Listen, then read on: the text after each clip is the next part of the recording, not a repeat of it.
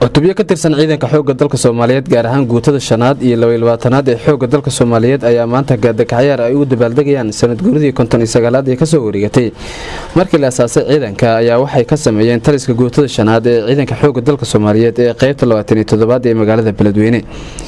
qaybaha kala duwan ee bulshada iyo mas'uuliyiinta maamulka gobolka ayaa ka soo qayb galay munaasabada oo ka dhaceysay taliska Lamagalaay. qaar ka mid ah bulshada Beledweyne oo goobta ka hadlay ayaa waxay sheegeen inay la shaqeyn doonaan ciidanka xoogga dalka Soomaaliyeed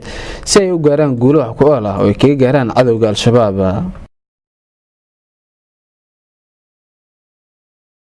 ciidanka xoogga dalka waa maalin xusuus mudan 12 Abriil waxaan u hambaleynayaa dhammaan saraakiil xigeenada dableyda alifleyda dhammaan iyo xaasaskooda.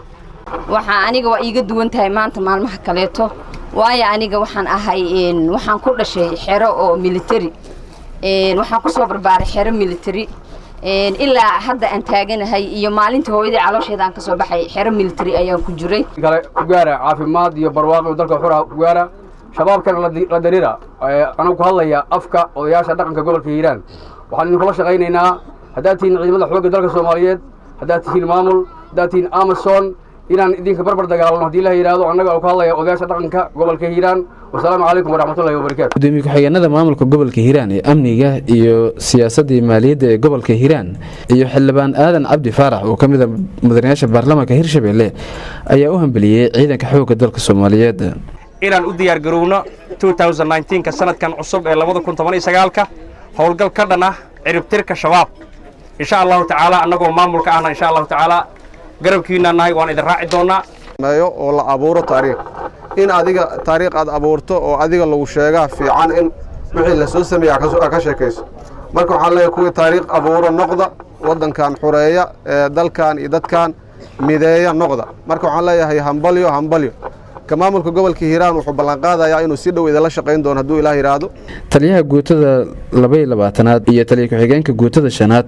ee ciidanka xoogga dalka Soomaaliyeed Cornel Maxamed Cabdi Xasan waxaana dhinacooda ay ka sheekeeyeen dadaaladii ay soo galeen guutooyinka iyo waliba waajibaadka horyaala. waxaan leeyahay mid aad weligiin ku waartaan oo ku jirtaan Allah ka dhigo shacabweynaha Soomaaliyeedna waa u hambalyeynaya damaashaadka iyo farxadda maanta uu ciidanka xoogga dalka Soomaaliya qabo waa inaad la garab istaagtaan idinkuna la faraxdaan la damaashaadaan waajibaadka nasaaranna waxa waaye in aan dalkeenna iyo dadkeenna difaacno la dagaalno kooxaha nabadiidka ah ee dalkan ku soo duulay wadamo shisheeye ka yimaadeen ama kuwa dariska ka yimaadeen ku sugan dalkeenna insha Allah waxaan rajaynaynaa in ay iska waqtigooda uu gabaabsiyo iska dhamaan doonaan iskana bixi doonaan ku gaaraan bashbash iyo barwaaqo ilaahna ugu bareynaa sanadka dambe in uu ka sii fiicnaado ayaga oo xor ah goob walba oo uu ku nool yahay shacabka Soomaaliyeed ee aan ka dulqaadna cadowga dhiig miiradka ee banaystay dhiigga ummadda Soomaaliyeed waxaan jecelnahay mustaqbalka dhow in aan isu furno wadooyinka iyo magaalooyinka si ay u kala gooshaan gaadiidka dadweynaha iyo shacabka.